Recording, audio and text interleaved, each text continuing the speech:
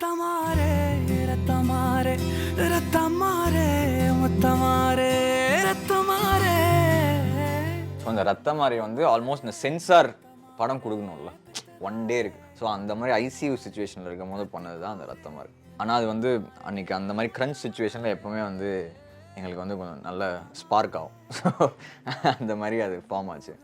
விக்கியோட lyrics, Vicky வேறு அப்போ தான் கரெக்டாக ஃபாதரும் ஆனான். ஸோ அது கரெக்டாக அது மேட்ச் ஆகிடுச்சு ரெண்டுமே. ஸோ இதுக்கு கரெக்டான கேண்டிடேட் யார் லிரிக் கொடுக்கலன்னா விக்கி கிட்ட கொடுத்துருவோம் அப்படின்னு சொல்லி கொடுத்துட்டோம்.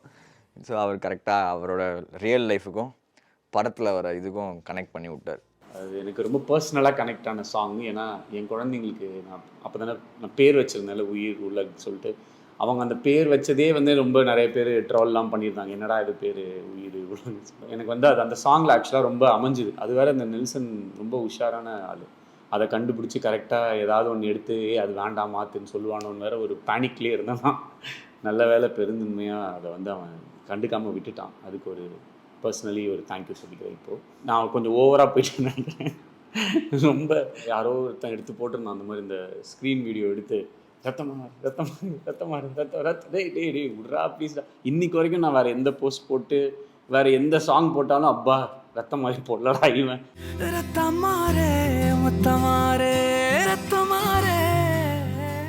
பாட்டு ஆக்சுவலாக ஸ்டார்ட் பண்ணும்போது நான் மக்கமாரேன்னு இருந்துச்சு, செகண்ட் லைனில் ரத்தமாரேன்னு இருந்தது. லைக் ஃபஸ்ட்டு மக்கமாரே என் மக்கமாரே மக்கமாரே அந்த மாதிரி இருந்தது. அப்போ நெல்சன் தான் அது என்ன மக்கமாரே அப்படின்னு சொல்லி கலாய்ச்சி இந்த ரத்தமாரே இதே நல்லாயிருக்கு, இதே ஃபஸ்ட்டு வேர்டாக வச்சுக்கலான்னு அவன் தான் he only cave the idea.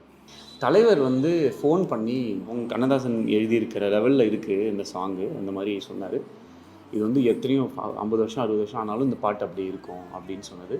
அந்த ஒரு காலும் அவர் பேசினதும் லைஃப் டைமில் என்னால் மறக்க முடியாது.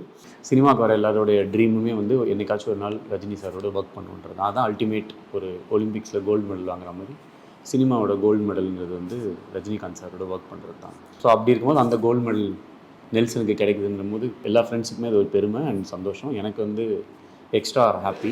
பையன் மாதிரியே தெரியல, நீ வேணா பையன் வேஷம் போட்டுருக்கேன். இப்போ பையன் தான் பொண்ணு வேஷம்.